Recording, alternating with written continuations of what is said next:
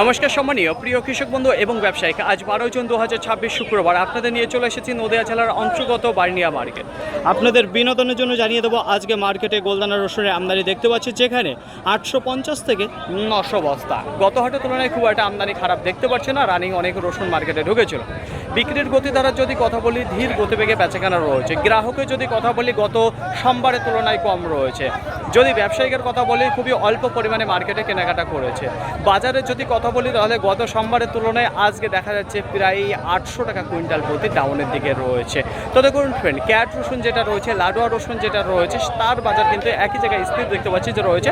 গোয়া রসুনের প্রতি যে বাজারটা, সেটা কিন্তু সব থেকে বেশি ডাউন দেখতে পাচ্ছি যে রয়েছে।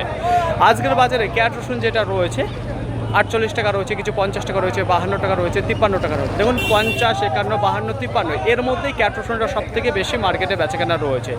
ক্যাট এবং লাডুয়ার যদি কথা বলি, 60 টাকা রয়েছে, 62 টাকা রয়েছে, 65 টাকা রয়েছে। যদি লাডুয়ার কথা বলি, তাহলে 70 টাকা রয়েছে। গড় রসুনের যদি কথা বলি, 75 টাকা রয়েছে, 80 টাকা রয়েছে। যদি স্ট্যান্ডার্ড গড়ের যদি কথা বলি, তাহলে 80 থেকে 85 টাকা রয়েছে। কিছু লাডুয়া ফুল হালকা বোম সাইজ যেগুলো রয়েছে, 90 টাকা, 92 টাকা, 95 টাকা পর্যন্ত বেচাকেনা দেখা যাচ্ছে মার্কেটে।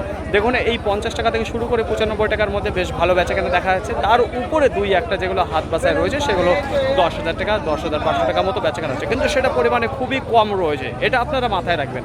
বাজার লেভেল যেটা রয়েছে, সেটাই কিন্তু দেখা যাচ্ছে 50 টাকা থেকে এদিকে 95 টাকার মধ্যে। তবে বাজার আজকে বলবো যে বেশ কিছু রসুন মার্কেট থেকে রিটার্ন যাচ্ছে, সম্পূর্ণভাবে ক্লিয়ার করতে পারিনি। বাজার কিন্তু খারাপের দিকে রয়েছে। আবার প্রথমের দিকে যে বাজার ছিল, সেই তুলনায় এখন যে বাজার চলছে, এখন সময় রয়েছে প্রায় 9:15, বাজার কিন্তু ডাউন রয়েছে।